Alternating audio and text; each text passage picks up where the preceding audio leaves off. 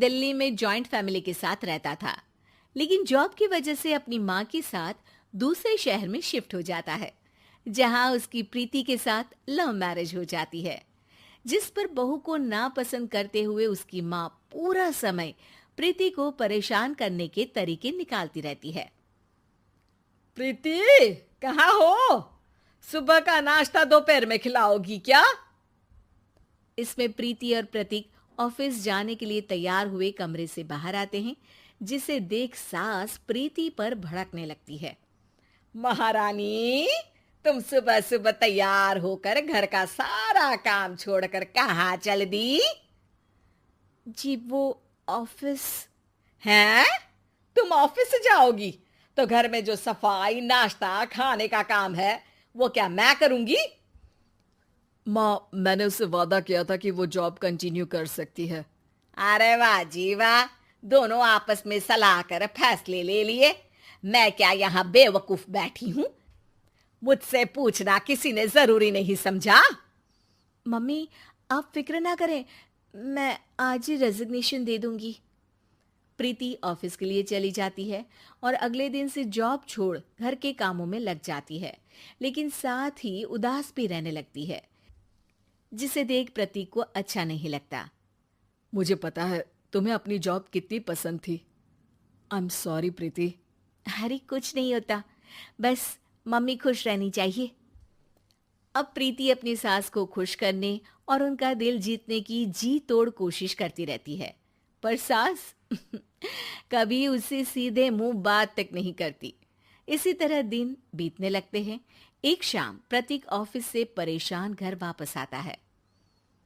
माँ, चाची का फोन आया था, दादी की तबीयत बहुत खराब है, हमें दिल्ली जाना होगा। पति की बात सुन प्रीति तो पैकिंग शुरू भी कर देती है। मैं आ गई। ये प्यार नहीं, परेशानी है। तुम तो ऐसे सोचो कि अब से जब तक दिल्ली में हो तुम्हारे अच्छे दिन शुरू। अच्छा, ऐसा क्या है दिल्ली में? वो तुम्हें कुछ ही घंटों में पता चल जाएगा। सास के रिएक्शन और पति की बात से कंफ्यूज्ड प्रीति दोबारा पैकिंग में लग जाती है, जिसके बाद कुछ घंटों का सफर तय कर तीनों दिल्ली पहुंच जाते हैं, जहां घर के अंदर पहुंचते ही लोगों की भीड़ देख प्रीति परेशान हो जाती है। हे भगवान, इतनी भीड़! प्रतीक, कहीं तुम्हारी दादी को कुछ हो तो नहीं गया ना? पागल, ये भीड़ नहीं, मेरा परिवार है। क्या? इसे तुम परिवार कहते हो? अरे इसे तो जिला घोषित कर देना चाहिए। तुम्हारा परिवार का तो अपना पर्सनल बिग बॉस बन सकता है। हैरान परेशान प्रीति परिवार वाले सदमे से बाहर निकली भी नहीं होती कि सिर पर पल्ला रखे शांत तरीके से सबके साथ बात करते हुए अपनी सास को देख उसे दूसरा सदमा लग जाता है। हाय राम, ये मम्मी का ऐसा भी कोई रूप है? ये तो मुझे पता ही नहीं था। ये तुम्हारी सास का ससुराल है। तभी प्रतीक की बहन बोल पड़ती है। यहाँ आपको ऐसी ऐसी चीजें देखने मिलेंगी जो सपने में भी सोची नहीं होंगी। हाँ, ये कुछ दिन तो बहुत इंटरेस्टिंग लग रहे हैं। सब एक साथ दादी के कमरे में जाते हैं, जहां पहुंचते ही उसे दादी की आवाज सुनाई देती है। क्यों रे, सास से मिलने की फुर्सत मिल गई? दूसरे शहर जाकर छूट क्या मिली? तुम तो भटकता पंछी बन गई। इतने समय में ये तक नहीं पूछा कि जिंदा भी हूं या मर गई। प्रीति की सास अपनी सास के पैर छूती है। अरे कैसी बात कर रही हैं मम्मी, आपको तो मेरी उम्र भी लग जाए। अरे बस कर, ये झूठी उम्र देने वाली बातों का दिखावा ना कर। तेरा बस चले ना तो नहीं करती ना? अगर करती है तो अभी बता दे, मैं इसकी क्लास लगा दूंगी। अरे कैसी बात कर रही हैं माँ जी, भला मैं क्यों किसी को परेशान करूंगी? प्रीति अपनी सास का ये रूप एंजॉय कर ही रही होती है कि तभी चाची वहां आकर प्रीति को अपने साथ ले जाती है। सास की क्लास लगते देख जो खुशी मिल रही थी वो तुम्हारे चेहरे से साफ पता चल रही थी, इसीलिए ले आई। क्योंकि अगर उन्हें पता चल जाता तो तुम्हारी खैर नहीं थी। थैंक यू चाची जी। चाची और प्रीति घर में झूले पर बैठी बात कर ही रही होती है कि उसकी सास भी वहां आ जाती है।